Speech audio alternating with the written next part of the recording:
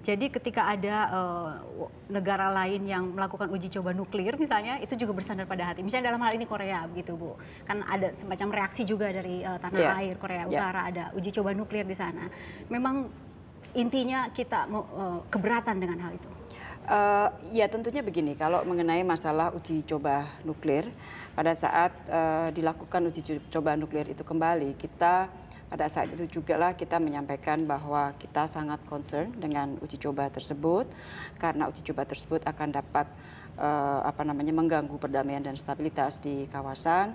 Dan kita juga meminta kepada Korea Utara untuk mematuhi semua resolusi PBB yang terkait dengan Korea Utara. Karena kan dalam melakukan politik luar negeri kita memiliki prinsip-prinsip yang memang harus kita suarakan dari waktu ke waktu. Politik luar negeri kita bebas aktif, dan dengan bebas aktif itu akan mudah bagi kita untuk menjalankan, dalam artian menyuarakan posisi kita sesuai dengan kepentingan kita. Walaupun kemudian dari Korea Utaranya merasa Indonesia tidak mendukung ke arah sana, itu tidak masalah. Yang penting memang posisinya adalah seperti ini Indonesia. Ya, saya kira kalau kita bicara mengenai masalah uji coba, saya kira semua negara paham bahwa kegiatan semacam ini membahayakan perdamaian dan stabilitas di kawasan. Tapi jangan lupa bahwa Indonesia adalah teman baik Korea Utara.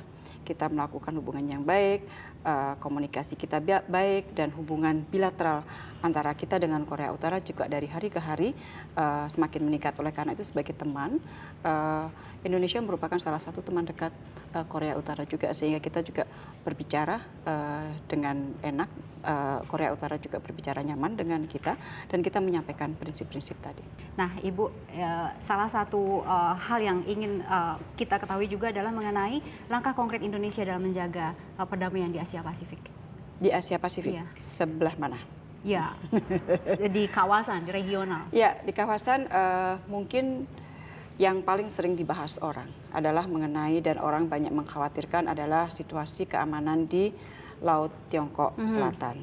Rujukannya adalah perdamaian dan stabilitas di kawasan, di sekitar Laut Tiongkok Selatan. Itu sangat penting artinya, karena Laut Tiongkok Selatan memegang peranan yang sangat strategis bagi perdagangan dunia dan sebagainya. Itu semua orang paham. Oleh karena itu, mau tidak mau bahwa kawasan itu harus damai dan stabil. Nah, bagaimana untuk menjaga perdamaian? Ada dua isu. Isu pertama adalah bahwa di wilayah tersebut terdapat overlapping claim antara beberapa negara. Itu Indonesia tidak ikut, karena Indonesia bukan claimant state. Oleh karena itu kita hanya menyerukan agar penyelesaian batas-batas itu diselesaikan oleh negara-negara claimant secara damai.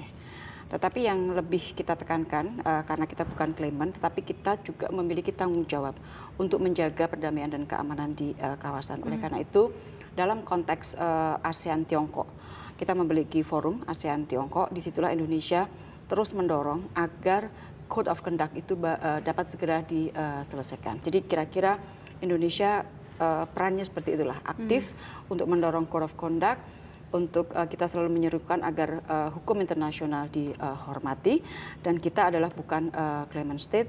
Natuna, Kepulauan Natuna adalah milik kita, semuanya sudah jelas. Jadi kita tinggal memainkan peran untuk menjaga perdamaian dan stabilitas di kawasan. Dan Indonesia memang masih menjadi perhitungan, Bu. Sangat, saya kira. Sangat, karena kalau kita bicara mengenai masalah Asia Tenggara, kita bicara mengenai ASEAN misalnya, kita adalah negara yang paling besar, ekonomi yang paling besar di Asia Tenggara. Kita juga negara anggota G20, kita adalah negara Muslim yang terbesar di dunia. Jadi semua aset itu sudah ada, tinggal bagaimana kita menggunakan semua aset ini untuk profiling up posisi Indonesia, atau bagaimana kita meningkatkan wajah Indonesia di luar negeri. Tetapi jangan lupa bahwa pada saat profil kita naik, ada kewajiban kita juga untuk memberikan kontribusi kepada dunia. Kepergian beliau dan istri merupakan kehilangan yang besar.